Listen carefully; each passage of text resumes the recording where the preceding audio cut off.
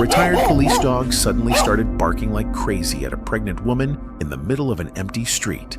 No one knew what was going on. The woman stepped back, apologized, and then disappeared into a black SUV with no license plates. 3 hours later, the whole town was buzzing because a high school girl had gone missing. She was the third one in just 3 months. No clues, no messages. No one knew where she had gone. Only Jack, the old man whose hands had pulled the trigger more times than they had shaken hands, and Bruno, the aging dog who once sniffed out explosives hidden beneath corpses, understood one thing. Something was moving against the current beneath the seemingly harmless fog that blanketed this town. And that bark might have been the final warning. To understand what really happened that morning, we need to go back for a bit, just a few minutes before everything began to fall apart. It was early. The town was still sleeping in, tucked under a thin layer of mist stretching across every gray rooftop. The air was cold and damp, so quiet you could hear the sound of shoes tapping on the gravel road. An old, empty street. Wet trees. The streetlights were still on, casting a yellow glow that reflected off puddles left by last night's rain. A man walked slowly along the sidewalk, his long coat hanging past his knees. In one hand, he held a worn silver leash. Walking beside him was a large dog, its thick fur speckled with gray, its posture calm and composed, ears standing tall and nose always pointed into the wind. They did not need to speak. It felt like they had been doing this for years in silence, moving in a rhythm only they understood. The dog suddenly stopped. The wind shifted. A scent drifted by, faint, but enough to make the animal pause, tilt its head, and let out a soft growl from deep in its throat. There were no cars, no people. Just the click of claws on damp stone and the faint clink of a leash brushing metal. Up ahead at the stretch of road leading to the old bus station, a black SUV slid out from the alley beside the laundromat. It had been sitting there silently, like it had always been part of the shadows. No headlights, no engine sound. The windows were pitch black, still and quiet, like they were holding their breath. The man stopped. The dog stood beside him, eyes unblinking, ears fully alert. It did not bark, but its whole body tightened like a bowstring drawn to its limit. The car door swung open. A sharp click sliced through the silence. A woman stepped out slowly, a bit unsteady on her feet. Her large pregnant belly made her walk awkward and heavy. Her left hand supported her hip, while her right clung lightly to the car door as if afraid the cold wind might knock her off balance. She wore a long ash-gray coat, its high collar covering nearly half her face. Her brown hair hung loose and messy, with a few strands stuck to her cheeks, damp from the fog. Her face was pale, looking sleep-deprived, or maybe anemic, but her eyes did not match the fatigue of the rest of her body. On the contrary, they scanned the surroundings quickly and precisely, like she was trying to pinpoint something. She spotted the man and the dog up ahead. A slight pause, then she stepped forward and offered a faint smile. "I am sorry. I think I am lost. Do you know if there is a gas station nearby?" Her voice was soft as smoke, but her eyes were not as gentle as the sound coming out of her mouth. She glanced at the dog, then lingered just a little too long on the streetlight pole with the camera. Just a blink of an eye, but it was enough for the dog to let out a low growl, take a half step forward, and raise its ears. The man did not answer right away. He frowned, unclear if it was because of the question or the way she had asked it. The wind shifted again. A slight chill crawled up the back of his neck. Right as the woman finished her sentence, the SUV behind her gave a faint shudder, then suddenly the engine turned on. The sound was so smooth it almost blended into the wind. Only the left turn signal blinked once, then went off. No one inside had touched a thing. The dog growled again, dry and tight, the sound buried deep in its throat like something had just flipped a switch. It stepped back half a step, tensed up, then lunged forward, suddenly pulling the leash taut like it was about to snap. No one had told it to. There was no command. But in those cloudy old eyes was pure instinct, no hesitation, no doubt. The woman flinched her hand, gripping the edge of her coat. For a split second, her eyes showed a flash of panic, but only for a heartbeat. She quickly replaced it with the worried look of an expectant mother. Maybe he is just not used to strangers. No one answered. The man only tightened his grip on the leash. But the dog kept growling, the sound sharpening into barks, short, crisp, and aggressive, like it was facing something it had seen too many times before. Its eyes never left the woman. A breeze swept past.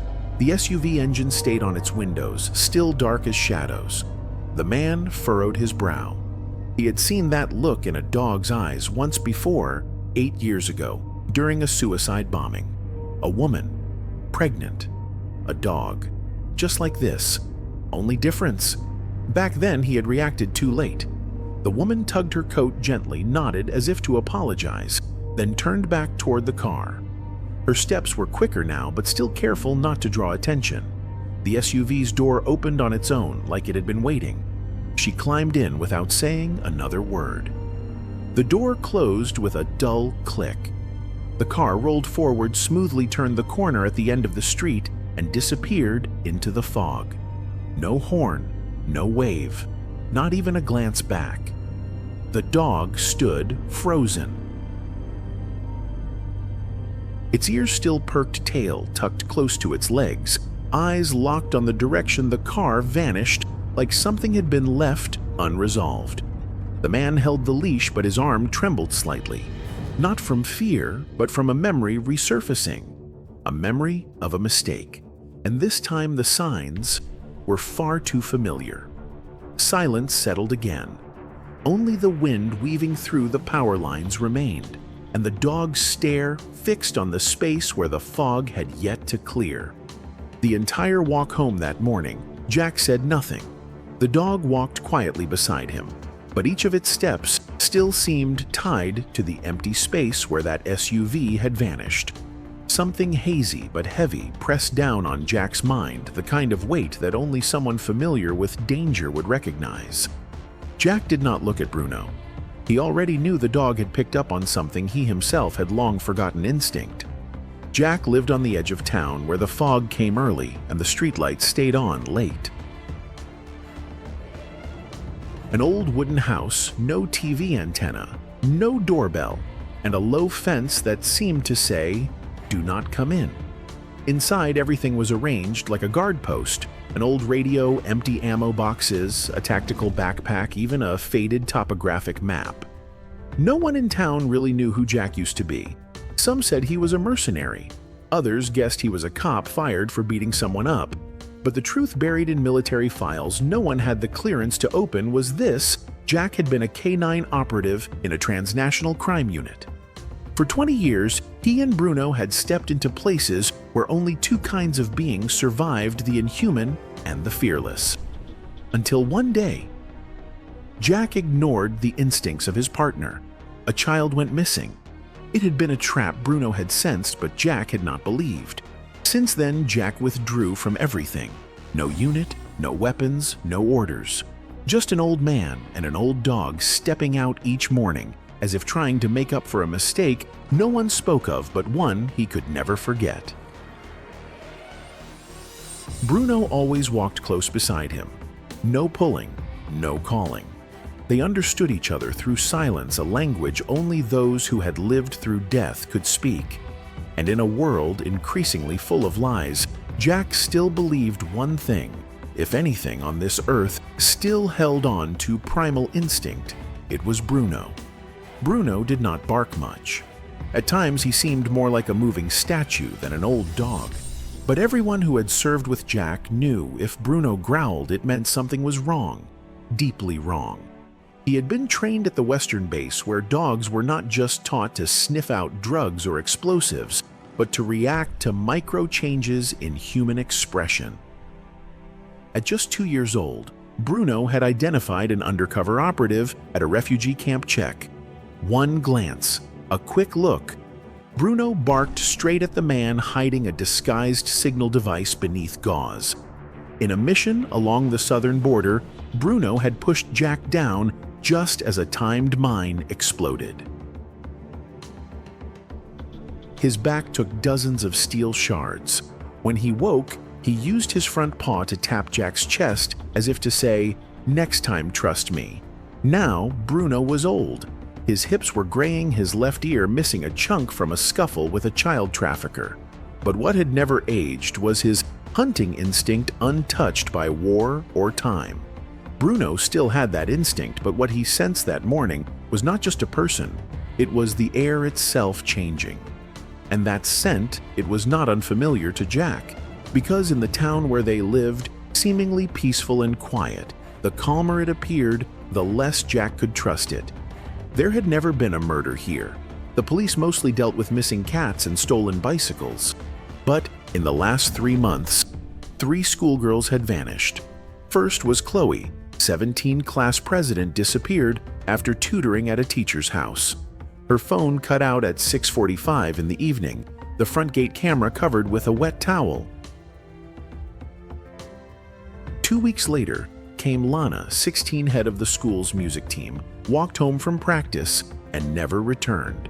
And most recently, Ivy, just 15, vanished after a quick trip to the grocery store barely 2 blocks from her house. No one saw, no one heard, no cameras, no final messages. They all vanished like a sigh into thin air. No news reports, no school announcements. The police wrote the same line in all 3 files, left residents voluntarily. But Jack did not believe it, and Bruno least of all, because ever since that strange bark, nothing in this town felt trustworthy anymore. That afternoon, Jack was sitting on his porch fixing an old knife he used to cut rope. The sunlight slanted down the roof, casting a warm glow on Bruno's half-closed eyes. A voice came from the wooden gate. "Mr. Jack, did you go for a walk this morning?" It was Emma, the girl from next door, 12 years old, hair tied to one side, carrying a purple backpack with star stickers. Her face was different today, not as cheerful as usual. Jack nodded. Emma hesitated, then pulled a small white handkerchief from her backpack with a purple flower embroidered at the edge. "This belongs to Mia, my best friend. She went missing this morning. But what I really need to say is..." Emma swallowed hard, then told him. Yesterday morning at around 7 o'clock, she and Mia had biked to the corner store to buy yogurt drinks. On the way, they saw a black SUV parked by the curb, no hazard lights, windows covered with thin curtains. A pregnant woman stepped out looking like she was in pain, holding her lower stomach, her voice barely audible as she asked for directions to the church. She said she was lost and asked to speak to Mia just for a moment. Emma remembered it clearly. The woman only looked at Mia. Her eyes were strange, like she was weighing something.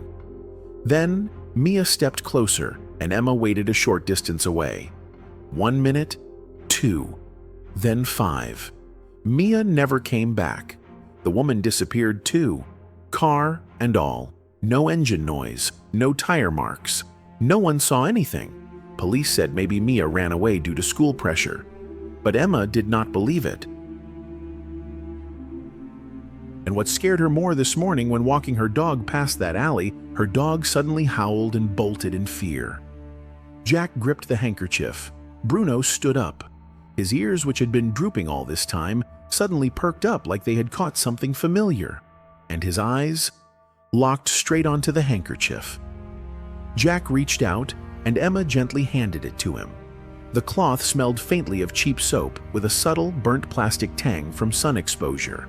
With instincts sharpened by years of unnoticed details, Jack held it close to Bruno's nose. The moment Bruno sniffed it, his body stiffened. His whole posture froze like a predator, scenting guilt. His eyes lit up.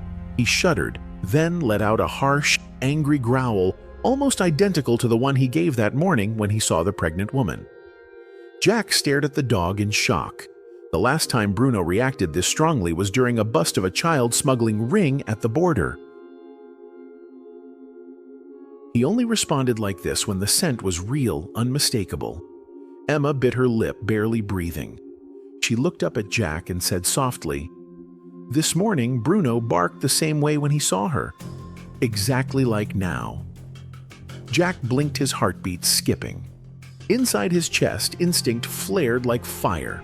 There was no more doubt.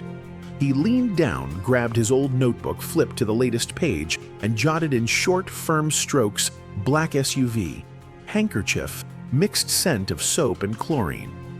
Bruno kept growling. Even while sitting still, his tail twitched like it was straining against restraint. Jack clenched his jaw, turned to Emma. "Call the police. Tell them we suspect a case of juvenile abduction." Emma's eyes widened. Abduction.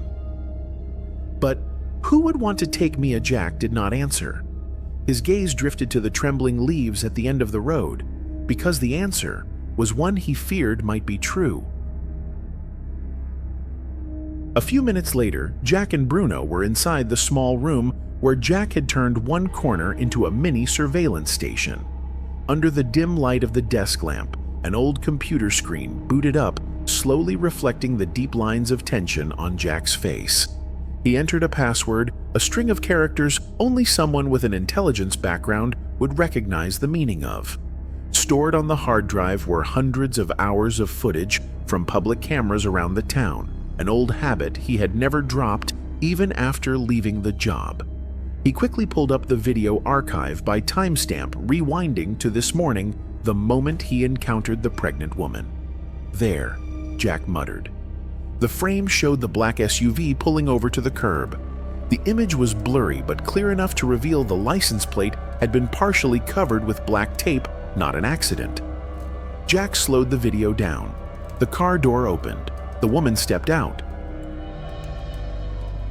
Her face was not clearly visible, but the way her eyes darted around, sharp scanning, looked less like someone searching for directions and more like someone checking for cameras. Jack narrowed his eyes.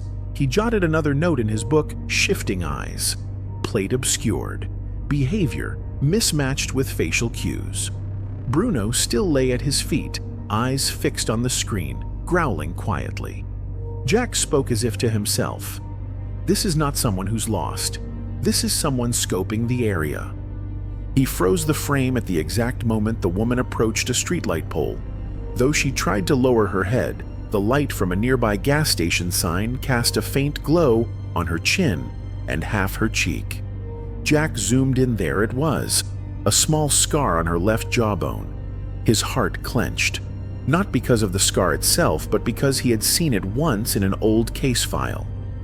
A suspected middlewoman in a juvenile trafficking network across state lines, someone believed to have disappeared 3 years ago. He quickly extracted the image and sent it to an old contact in facial recognition. While waiting for a response, Jack walked over to his bookshelf and pulled out a small wooden box. Inside was a handmade paper map marked with unofficial camera locations across town, laundromats, warehouses, auto repair shops. He traced the points, drawing a potential route the SUV might have taken from the gas station to the interstate highway. His hand trembled slightly as he mapped the possible path it cut through the night market, an old container yard, and an abandoned church. Suddenly, Bruno let out a sharp bark. The screen flickered green. A reply from his contact popped up, 90% match. Surveillance ongoing. Jack clenched his fist.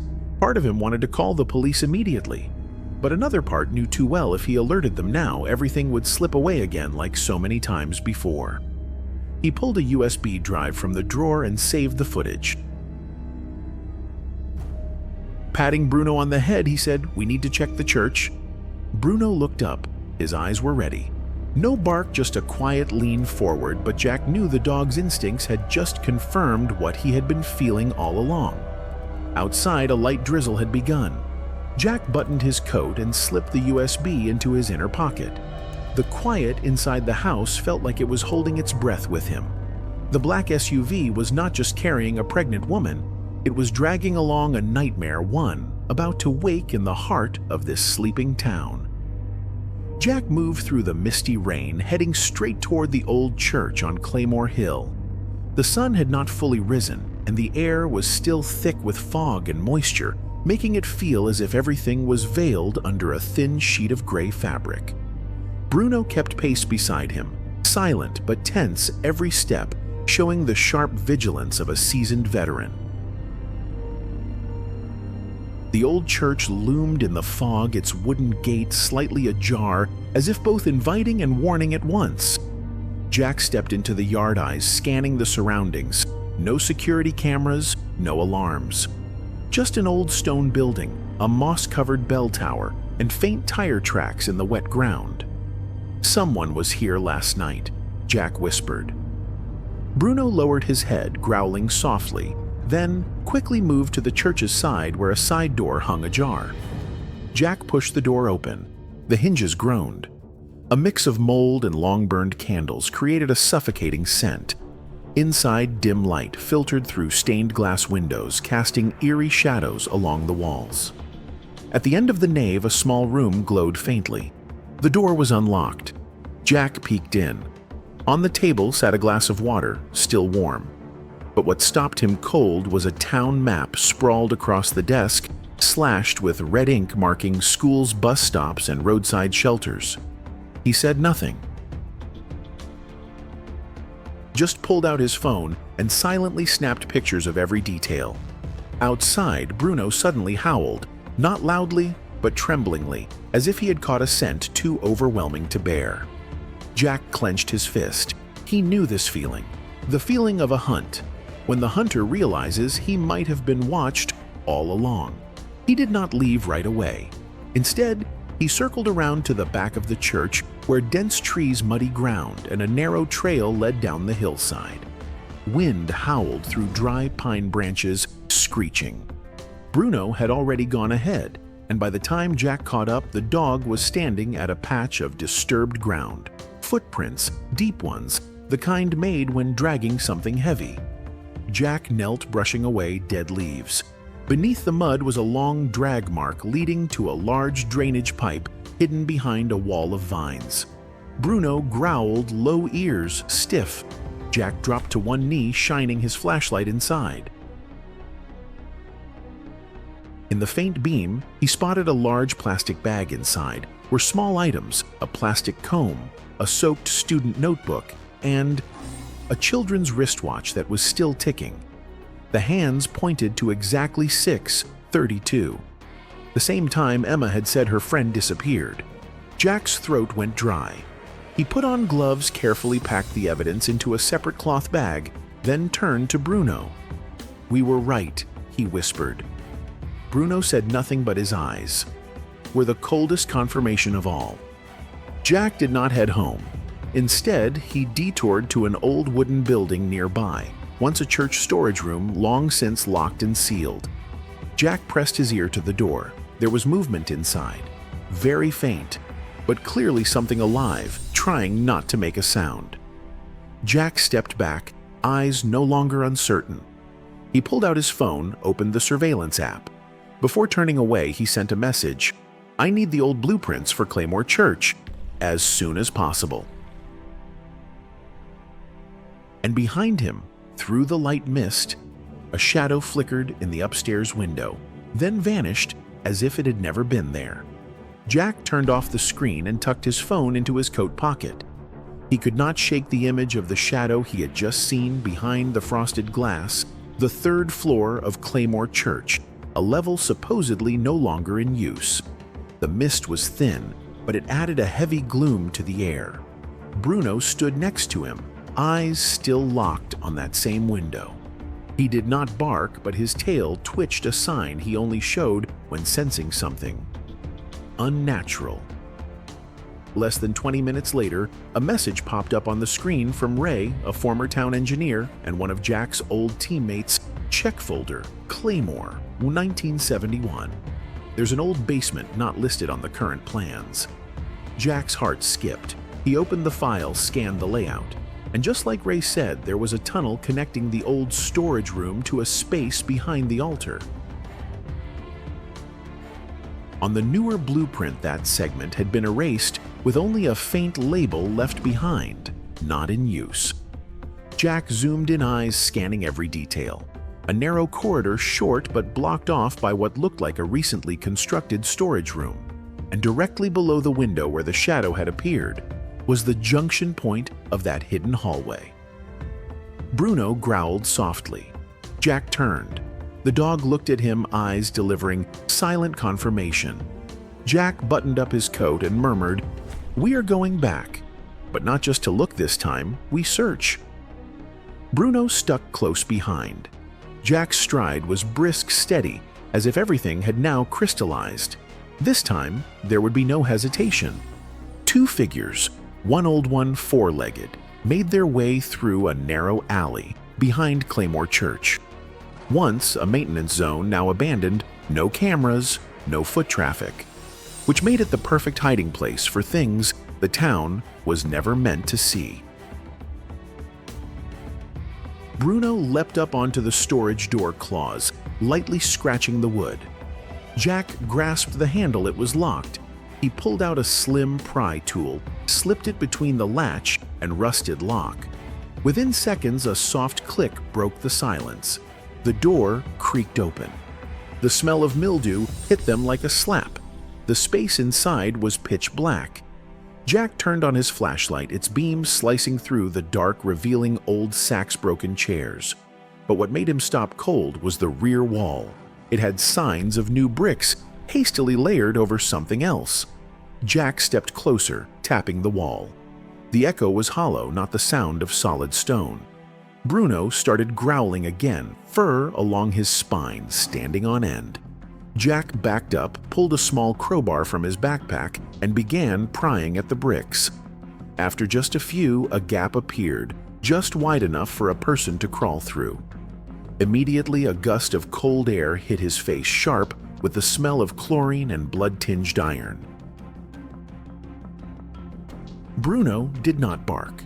He just looked at Jack, that looked the same one from long ago, right before they raided a criminal hideout. Jack took a deep breath and nodded. They crouched down and entered. Beneath the old church was something that did not belong to the light. Jack spun around on instinct, drawing an old folding knife rusted at the joints along with his flashlight. But the figure did not charge. It just stood there in complete silence, as if it had been waiting for this moment a very long time. Under the faint light from the concrete ceiling, the silhouette came into focus, not a man, but a young girl. Her face was ghostly pale, her eyes lifeless, and on her shirt, a blurred emblem of the local high school stained with blood. Bruno growled but did not lunge. He looked to Jack, waiting for a command, but Jack said nothing. He stepped back slowly, left hand clutching the notebook, right hand gripping the knife tightly. The girl did not move, her face expressionless. She simply raised one arm and pointed to the wall behind her. Jack followed her gaze, a slab of concrete wall with a jagged crack running down the center, uneven. He stepped forward and reached out. The bricks were hollow. His palm began to tremble. The girl whispered, her voice hoarse like it came from a throat long unused. "There is more." Then she stepped backward, fading into the shadows, as if she had never existed at all. Jack clenched his jaw. He slid the notebook into the inside pocket of his coat and raised the flashlight toward the wall she had pointed at. Something was behind it. A faint noise echoed like metal scraping across stone in the distance, sending a chill down his spine. Bruno growled a clear warning this time. Jack glanced at his watch. Nearly 3 in the morning. He spoke in a low, grim voice.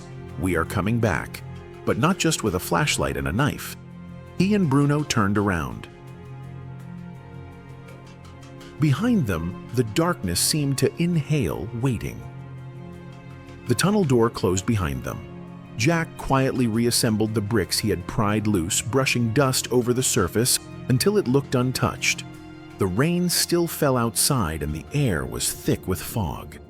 Bruno followed silently, ears perked on high alert.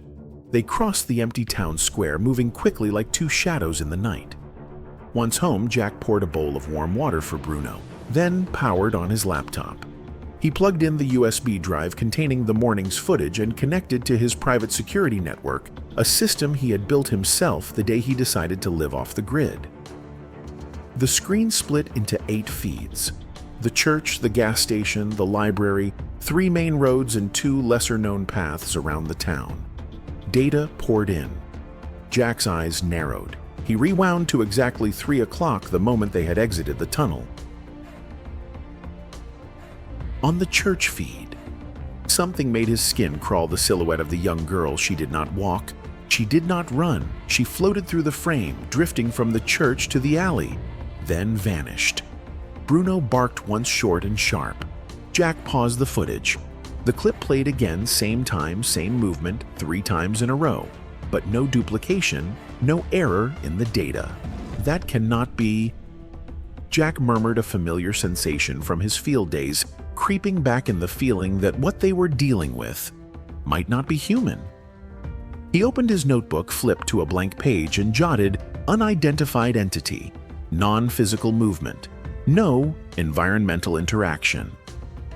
Bruno let out a low growl, not at the screen, but at the window. Jack turned his head. Outside, through the rain, the black SUV was parked under a street lamp. No one inside, no sound, just the faint glow of the headlights like unblinking eyes watching. Jack clenched his fist. The game of cat and mouse had begun. But this time, he was the cat, and he was being hunted. He left the laptop open, but did not shut it. His hand dropped beside the chair. Bruno moved in, immediately resting his head on Jack's leg. Outside, the rain fell gently, but inside the living room, it was so quiet Jack could hear his own heartbeat. That black SUV, it did not just appear on its own. Someone was sending a message. A warning or a first strike. Jack reached for his infrared binoculars. The rear door of the SUV was slightly ajar. Inside, a faint and uneven light flickered like an electronic device running in the background. On the car floor, several patches reflected faintly, not blood, but not oil either. They reflected the exact thermal wavelength of a light-emitting diode screen. Camera, Jack muttered. Bruno whimpered softly, the warning sound he gave when detecting electronics or burnt plastic. Whatever device had been running had only recently been shut off. Jack immediately dialed a number, an old contact. A man's voice picked up Claymore. "What is going on?" Jack replied tersely. "I need someone who has worked on dark web deepfake cases and underage real-world content distribution networks. Urgently." There was a pause, then a firm voice answered, "I have someone." "But are you sure these are not just kidnappings? This is a living data supply chain. If you go after this, there will be blood." Jack's eyes did not blink. "The more blood there is, the more I want to clean it up." He hung up, sat down, opened the old case file he had marked closed 3 years ago. Case name, Aurora 9. Involving a ring of deepfake pornography created using AI, superimposing the faces and bodies of high school girls, filmed secretly in dormitories, bathrooms, even classrooms. Jack had once tracked the case, but it had been sealed after an FBI agent died under suspicious circumstances. Bruno growled softly, as if that old memory returned to him too. Jack gently stroked the dog's back eyes, fixed on the unmoving SUV. No one got out, no one got in, but the right turn signal blinked once without anyone touching it, and Jack knew if he looked away now, even for a second, something would vanish, something he could not afford to miss. A soft ping sounded from the computer. The latest report had arrived from his contact, a list of IP addresses that had downloaded Aurora 9 videos in the last 6 months. Jack opened it. His eye twitched at the very first line, Claymore City Hall, internal network. followed by an IP address timestamp and user authentication code. A local government official had bought, or at the very least, accessed and downloaded deepfake pornography using images of girls from this town. Jack clenched his jaw. The fury rising in him was not just for the perversion, but for the abuse of power used to bury crimes in a place that was supposed to be trustworthy. He continued down the list. Another entry jumped out: Cedar Valley School Board, admin, this time the internal network of the town's high school. Bruno growled again, then barked once. Not a warning, a confirmation. Jack looked up. The black SUV had disappeared from the window. No sound, no tires, no trace. Jack gripped the files, turned to Bruno. They know we are getting close, and they are starting to clean up. He stood, packed all documents into a lock-secured case. His eyes were as cold as the night outside. But this time, I am not here to investigate. I am here to finish it. Bruno raised his front paw like he used to when he was still K9. Ready for action. And the storm had begun to sweep through the sleeping town. Immediately, Jack drove straight to Cedar Valley High School, the same name from the report, now echoing like a verdict. It was nearly 4 o'clock in the morning, but the lights in the administration building were still on, steady and unblinking, like someone was waiting. He killed the headlights about 100 meters from the front gate, then led Bruno through the back entrance. The old maintenance path was still there from when Jack had helped upgrade the school's security system after a minor break-in back in 2018. He pulled out an old ID badge with a modified chip. A soft beep. Unlocked. A long, cold hallway appeared. Light spilled out from the principal's office at the end. Jack crouched, pressed close to the wall, and motioned for Bruno to follow at a distance. Every sense in his body tightened like a wire. No footsteps, but something was watching them. He approached the principal's office door. On the handle, a faint smudge like a fingerprint that had not yet dried. Jack gave a quick signal. Bruno stepped in, sniffed, then shivered, growled low. Jack drew his gun. The door opened. It was not locked. No one inside. But the computer monitor was still on. An open file, the student roster of Class 11C Mia's name, sat in the middle with an ID photo and personal ID number. Below it, a QR code, linking to an encrypted server with a onion domain accessible only through anonymous browsers. Jack gritted his teeth and snapped a photo of the screen. A faint sound echoed behind him, like wood, bending under weight. He spun around. In the darkness at the far end of the hall, a shadow stood motionless. It did not move. It did not blink. Just stood there as if it had been watching them all along. Jack flicked his flashlight. Its beam hit. A white mask.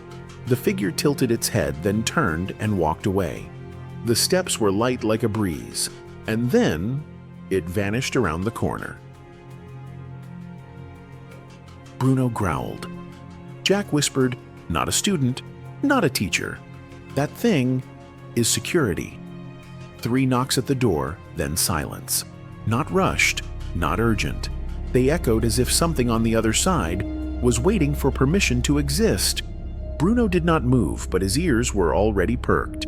In past operations, Jack had trained him. Steady light sounds were often the mark of someone who had been trained. The door did not open, but at the side where the window was covered by metal mesh, a shadow flashed past, very quickly, and something small was thrown in. It glowed red, blinking, stun smoke grenade. Bruno reacted first. He lunged, grabbed the object in his jaws, and flung it into the corner of the room. Jack dropped to the floor, yanked a blanket over the computer with one hand, and with the other pulled out a small injector from the heel of his boot, a smoke counter agent issued only to elite operatives. The needle pierced his skin. A burning rush surged through him. He clenched his jaw and let the pain anchor him. A single earpiece lay nearby. Jack picked it up, placed it against his ear. There was breathing. Then a deep, hoarse voice came through. "You just crossed the line." A hiss came from the window the intruder had breached. No time left. Jack grabbed the desk lamp and hurled it toward the sound. At the same time, Bruno launched forward an attack with no warning. A sharp sidestep, the attacker dodged most of it, but not all. Bruno's jaws clamped down on their arm. A high-pitched scream, thin, sharp, and female. Jack sprang up, gun drawn, but the figure had already vanished. On the windowsill, only a streak of fresh blood remained, and a message scrawled in red. "You do not know who we are." Jack's jaw tightened. His eyes went cold as ice. He gently stroked Bruno's back and muttered, "Go ahead. Say who you are. I know you better than you think." Bruno kept growling near the window, his front paws smeared with blood eyes, locked on the darkness where the intruder had vanished. Jack gripped the earpiece tighter. The man on the other end had not disconnected, drawing the moment out, perhaps to inject fear. "I am giving you exactly one chance to get out of Claymore. If you do not, you are next on the stream." Stream. Jack blinked. A dozen scenarios raced through his head. They were not just trafficking people, they were broadcasting. That meant someone was watching back through hidden cameras or GPS-tagged earpieces. He ripped the earpiece apart, smashed the chip, and tossed the pieces into the drainage grate outside. Bruno turned, lifted a paw signal to move. Jack nodded. They followed the fresh blood trail down the hallway, heading to the technical basement, a location marked in the school's old blueprints. The basement door was unlocked, but Jack did not touch it. He stepped back, checked the wall. A small infrared sensor was tucked behind the fire alarm casing. A trap. Bruno nudged his hip. Jack nodded. He pulled a small mirror from his pocket, used a laser pen to reflect the beam, tricking the system for just a few seconds. Just enough to slip through. They entered silent as ghosts. The basement was not fully dark. Flickering fluorescent lights lined the hallway as if someone had turned them on recently. Along the walls, newly installed data ports and power trays, strange for such an old technical area. Jack glanced at Bruno. They are not just using this school to watch, they are transmitting from here. He crouched next to a humming server. The fan was still spinning. A data packet had just been sent, file name Mayflower 12 MP4. Jack clicked it had been uploaded. 3 minutes ago. Bruno growled low, and the lights began flashing erratically. Someone was coming, not from the entrance, from the far end of the basement. The smell of chlorine hit again, thick, sharp, and clinging to his sinuses like toxic paint. But this time, it came with something else. A hotter, fleshier scent like half-burned meat slithered into Jack's lungs with every breath. The lights flickered, but not randomly. The flickers pulsed in rhythm. 3 short flashes, 1 long, then repeat. Bruno no longer growled. He crouched low, scratching the floor softly. A signal from his service days used when detecting signal jammers or neural wave frequency devices. Jack understood. Whatever was approaching was not just human. He grabbed the hard drive, plugged in a pair of interference-canceling headphones, and connected to the server's auxiliary port. The signal had just been breached again, this time from an internal IP accessible only by high-level education board credentials. A recording began to play in Jack's ear, static-laced breathing and wind noises. We filed the report, but no one believed us. The children, they disappeared. The videos were sent from this server. Then he came, dressed like maintenance, but his eyes had no pupils. The wind screamed. Then a final shriek cut off mid-scream. Bruno stood up, his eyes locked on the end of the hallway where no breeze blew, but the soundproof curtain slowly swelled outward as if someone had just walked through. Jack tore off the headset, stepped back, Glock raised. Shh. A figure slid into view, not fast, not sudden, but as if it had always been there. Standing in the strobe-lit junction of light and shadow, it had no face, just a white mask. No eye holes, no mouth. Its head tilted. The right shoulder dragged a soaked backpack. Then, it raised a hand. No weapon. Just an old red USB stick, dangling between two fingers like an offering. Jack did not fire. Bruno stepped back half a pace. The figure bowed. The USB dropped, hit the floor with a dry clack. And then, it retreated. Step by step. Vanishing behind the curtain, where Jack knew there was no exit. He stepped forward, picked up the USB. It was neither warm nor cold, but Jack's hand trembled. Etched into the casing with a dull knife were the words, Subject 13. The scratchy letters cut across the USB casing like a blade to skin Subject 13. Jack clenched it in his hand. He understood nobody labeled a file like that for nothing. 13 was never random. In past trafficking operations, it had always referred to a test shipment, a special case used to gauge market reaction. He inserted the USB into his encrypted laptop. No images, no text, just a single video file unnamed without format. Jack used military-grade decoding software. The code behind it was not standard video compression. It used encryption methods from Cold War-era psychological warfare campaigns. It took over 10 minutes to decrypt. A video appeared. No sound. The footage jittered slightly. Crystal clear. It showed a lab-like room. On a table lay a girl about 16, motionless. Machines around her monitored brainwaves, emotions, bodily responses. A man's voice off camera spoke, "This is test subject number 13. Emotion synchronization system is now active." For the first time, the subject's mental state is being mirrored in real-time deepfake output. Jack sat still. This was not just pornography. It was a fusion of neurobiology, artificial intelligence, and psychological torture. They were not just creating fake images. They were experimenting with how to turn real emotions into entertainment and profit. Bruno growled sharply, his eyes flaring as if struck by an invisible pulse. Jack killed the connection and backed up the data. This USB was a cornerstone piece of evidence, and 13 was not the first. It was only the prototype part of an entire assembly line. Jack wrote in his notebook, "Deepfake, real-time emotional mapping, test clip number 13, victim unknown." Then looked up. They are no longer trafficking the old way.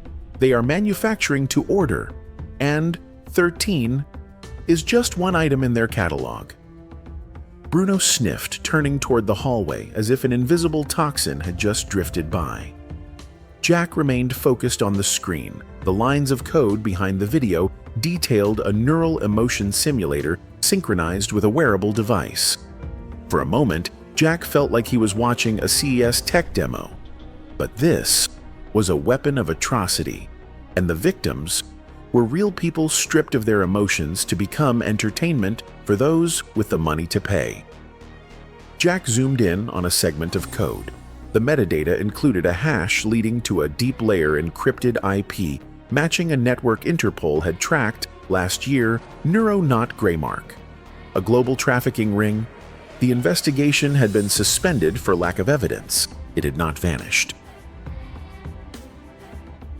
It had evolved. He scribbled in the notebook, "Neuroknot active. Uses biometric sensors. Theory victim kidnapped. Fitted with device. Emotional data streamed in real time. Deepfake overlay used to create alternate identity. Final product delivered to client." Jack breathed heavily. This was not just perversion, it was an industrial system. From victim selection, emotional coercion, visual rendering to delivery, all running like a dark factory. Bruno let out a sharp, warning growl. Jack swiveled the laptop, began reverse scanning the USB's signal, piercing through the layers of digital camouflage built by this criminal network. A response code immediately pinged back, "Next shipment, 5 o'clock in the afternoon. Fieldman Airport, Lot number 14. Jack muttered through gritted teeth. They are not just here in town, they are in motion right now. He stood. Bruno was already braced for action. Tonight, Fieldman Airport would not just be a place for departures and arrivals.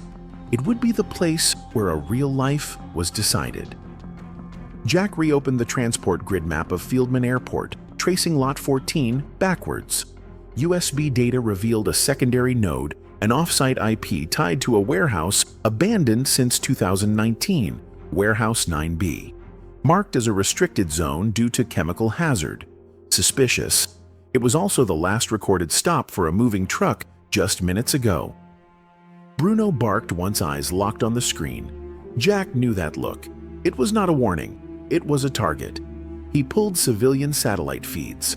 A new frame came in a female petite being pushed into the rear of a truck at Warehouse 9B.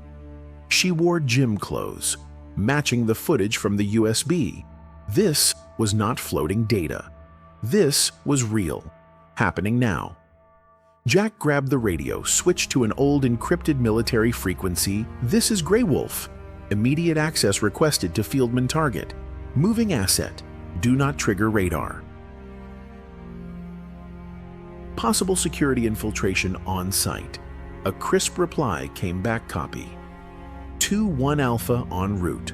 Low airspace window open for 7 minutes. Radar disabled. Jack stashed the gear, tightened his backpack strap eyes, never leaving the screen. He opened Thermal Imaging Warehouse 9B. A small heat signature appeared, motionless. Next to it, a larger figure colder than normal human range. Bruno growled low body, crouched nose to the door. Jack whispered, "They do not know we are this close. But one more minute and it is too late. Let's go, old friend. This nightmare ends here." Two figures, one man, one dog, slipped quietly from the old room. Outside, Fieldman Airport hummed like any normal day. But beneath the ground, a brutal transaction was about to unfold. And this time, failure was not an option. Under the dim glow of the infrared camera, Jack kept his eyes fixed on the small, motionless heat signature inside Warehouse 9B. It was the body of a teenage girl lying on her side, her shoulder trembling slightly, as if she was struggling to breathe. Next to her stood a larger figure, but it emitted no body heat. That alone sent a chill down Jack's spine. This was no security personnel. This was a guard, a handler, a type of product manager. And the victim this time was not just soulless data, it was a living human being. Bruno lifted his paw and growled low. No mistake, it was Mia.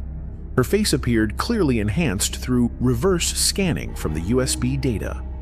Jack froze for a moment. He remembered the student ID photo he had seen in the Cedar Valley High School system.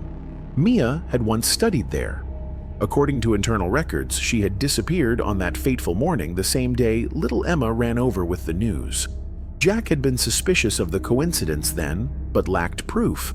Until now. The girl wore the same gym uniform as seen in the deepfake file. But this was no CGI. This was real flesh.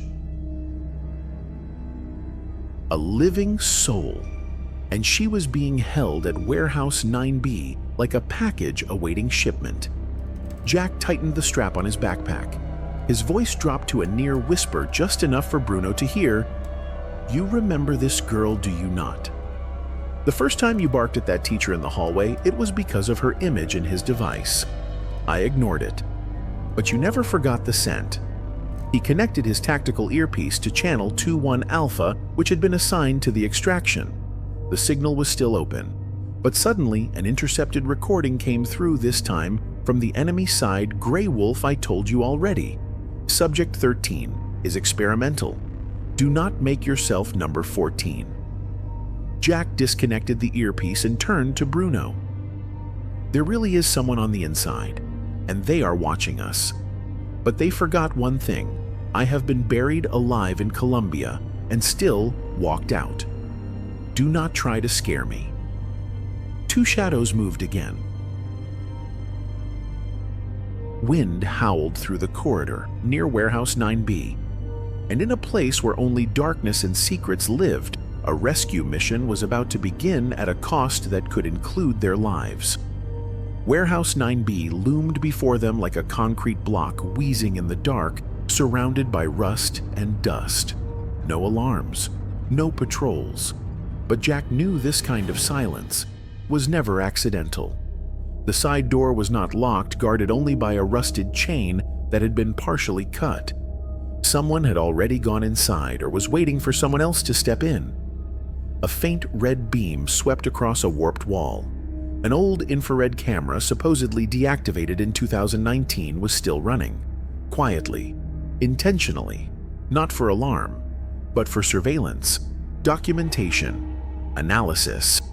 Bruno lowered his body, moving with the stealth of a predator. Jack signaled for him to stop, pulled out his signal reader, and scanned the nearby shortwave bands.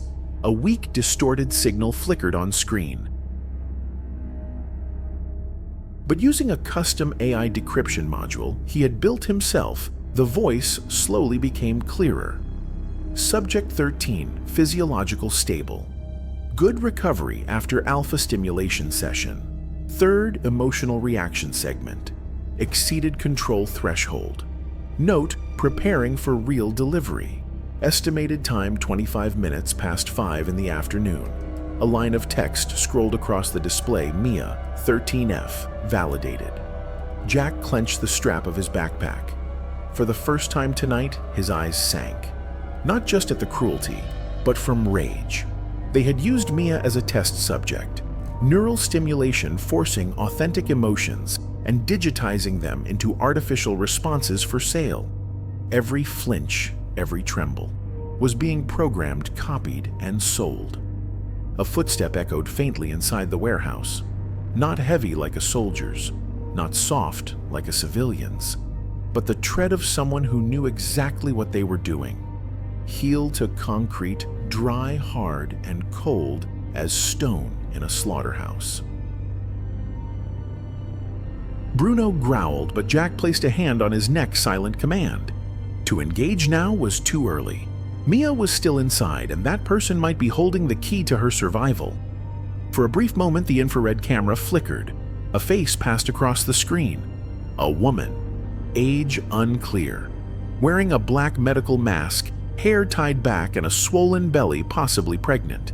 But her eyes were dry and vacant, like a wild animal. No reaction, no recognition. She scanned the room and vanished behind a secondary door. Jack whispered, "It is her. The black SUV, the church, the school." She left traces at every location.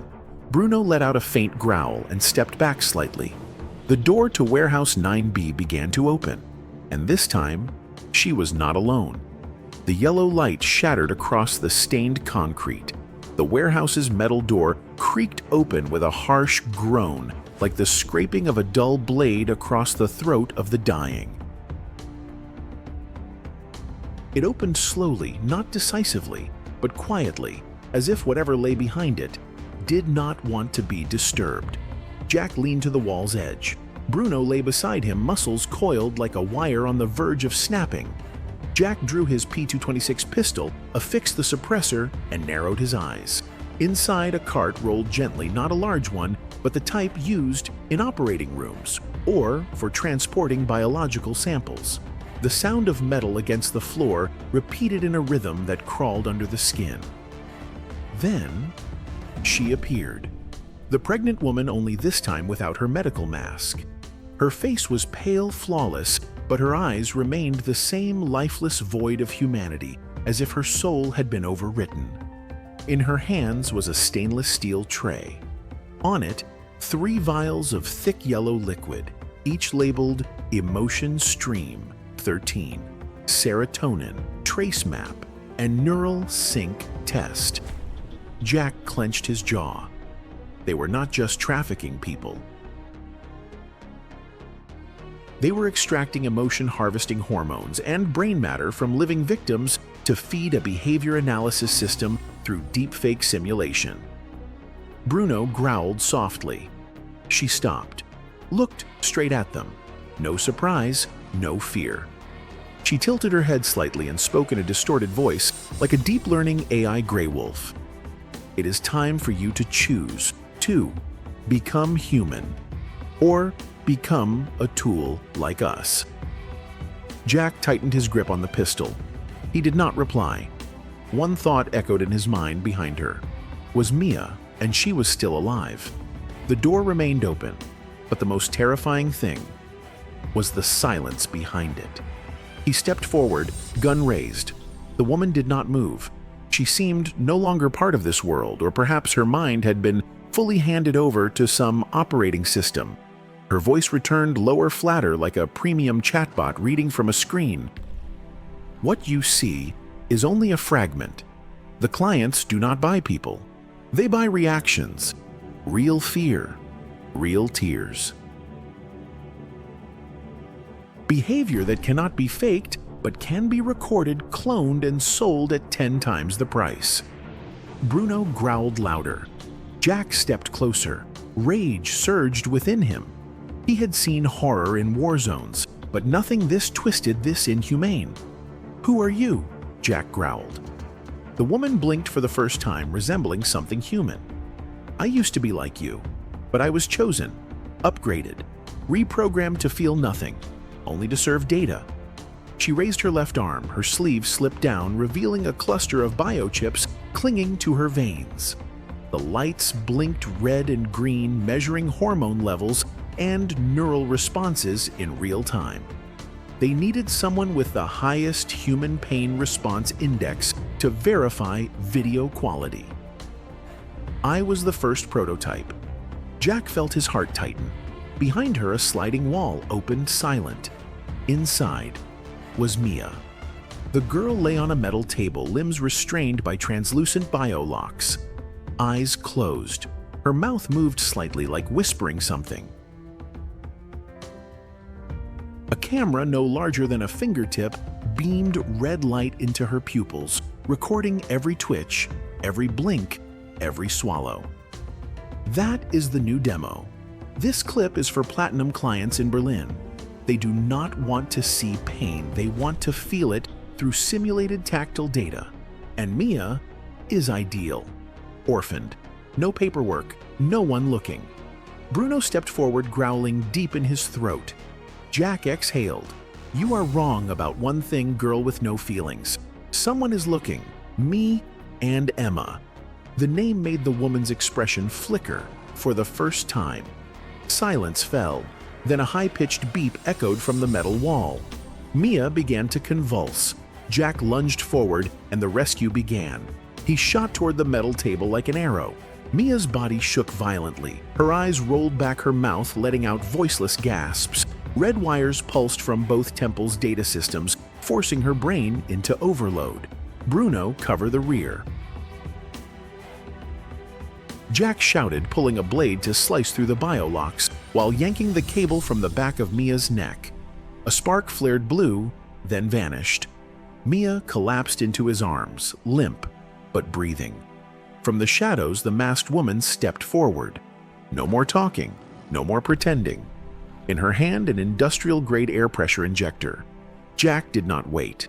He fired first. The bullet struck her left shoulder, knocking her back, but not down. No scream. She collapsed, then stood again, as if pain was no longer a concept. Bruno, Jack called. The dog launched forward. His leap sliced the air like an axe. She tried to block, but Bruno's jaws clamped her shoulder, driving her down. The room suffocated. The side door burst open. Two more figures entered, dressed in black tactical gear, no insignia, armed. No doubt, now this was a shipment security team. Jack pulled Mia toward the wall, grabbed a tactical smoke grenade from his bag, and hurled it into the corridor. 2-1. Alpha, this is Grey Wolf. I am inside Warehouse 9B, engaged. Subject 13 is alive, requesting immediate low-tier backup. The reply was faint, but enough copy. Sniper en roof. Low-altitude UAV inbound. 6-minute window. Smoke cloaked the entire space. Jack fired 2 clearing shots, then ducked, holding Mia tight as he dashed the opposite way, where Bruno held the others at bay. A shot rang out behind him. Sparks exploded like fireworks. Jack lowered his stance. Sweat and blood dripped from his forehead, but his eyes were sharp as glass. "Hang on, Mia. We are almost there." Behind him, Bruno did not back down. The dog had turned into a monster ripping through the shadows of hell. A sharp crack echoed from a distance, clean and precise like a blade slicing the air. One of the two figures in black dropped instantly, his neck snapping back as if yanked by an invisible hand. The sniper was in position. The UAV swept its lights across one corner of the warehouse, streaming visuals directly back to 2-1 Alpha's temporary command center. Bruno broke free from the chaos, sprinting back toward Jack, who was now pulling Mia behind a stack of crates near the exit. Things were turning in their favor, but it was not over yet. Then came a voice booming cold and cutting through the warehouse's old intercom system. "Grey Wolf. One last time. Leave the shipment. You do not understand its value." Jack looked up. The voice, though distorted by the ancient speakers, was unmistakable. It was the principal of Cedar Valley High School. Calm, confident, arrogantly composed so much it made Jack's blood run cold. "You," Jack growled. "I gave you a chance back at the school. You chose to interfere. You really think Emma showing up at your place was coincidence?" A soft chuckle echoed not from the pregnant woman, but from someone deeper behind the curtain, the puppet master behind the system. These kids are just tools. Adolescent brains give the purest emotional responses. That is what the clients pay for. As for the handlers, we just follow the script. Jack narrowed his eyes at the pregnant woman, who had now removed her mask. She was not pregnant. The bulge was a padded harness housing an emotion simulation controller wired directly into the brain of the product sample. A high-tech puppet, no consciousness left. "You used living people to run consumer behavior. AIs," Jack roared. "They pay, I deliver." "Ethics was never part of the contract," the principal replied coolly. Bruno growled again. Jack whispered, "But I do not get paid. I only collect lives." Helicopter blades thundered above. The special forces of 2-1 Alpha descended like a hammer. The exit was open, but one final door remained waiting to be kicked in. And Jack had sworn to face the man behind the system head-on, the same man who once shook his hand in the school auditorium with a smile full of fake virtue. The final metal door burst open. The principal was pinned to the ground, arms raised, but still smiling with icy contempt. "Do not be naive, Grey Wolf. You think you just brought down the network. I am just a temporary operator. The buyers are the ones you still call education sponsors, CEOs, lawmakers, the ones flashing human rights pins while paying tens of thousands for authentic emotional data, extracted from living children." Jack did not answer. He only looked at Mia now, lying on a stretcher, pale but conscious. Emma rushed over, trembling, grabbing her friend's hand, crying without a sound. Bruno let out a low growl, his eyes still locked onto the principal as if memorizing his scent. A freelance journalist blended in with the rescue team, filming every word of the confession. The footage was sent to a few Human Rights Network's internal servers. But when the story was published publicly, within 6 hours, every account that posted it was taken down. The reason: violation of community standards. Only one sentence survived, circulating through underground forums. The deepfake is just a surface. What was stolen was the mind. What was sold was a soul still breathing. The day Mia woke up, sunlight filtered through the small window in her hospital room. She whispered her first words after a full week in a coma. She wore a mask, but the eyes were real. Emma nodded, holding her hand tightly. You have just witnessed the final chapter in uncovering a dark trafficking network where an aging canine driven by raw instinct and an unshakable bark tore open the horrifying truth behind a woman who only appeared pregnant. We live in a world where even schools' places meant to be sanctuaries can be turned into hubs for underground transactions. And sometimes the ones we trust the most are the ones hiding the darkest truths. When obedient children are taught to stay quiet and never resist, evil evolves, becoming smarter at hiding in plain sight. Let us not wait until a child goes missing to finally ask, why take a second look around? Listen more. Doubt what needs to be doubted. Act when you must. Do not ignore signs just because they seem irrational, because sometimes one unusual bark might be the only thing that breaks the silence. How did this video make you feel? Has trust, responsibility, and compassion become too easy to trade in a world obsessed with convenience but numb to humanity? Share your thoughts in the comments below. And if you believe that anyone can be a Jack, stick around for the next video. And remember, do not let blind trust become a free pass for evil.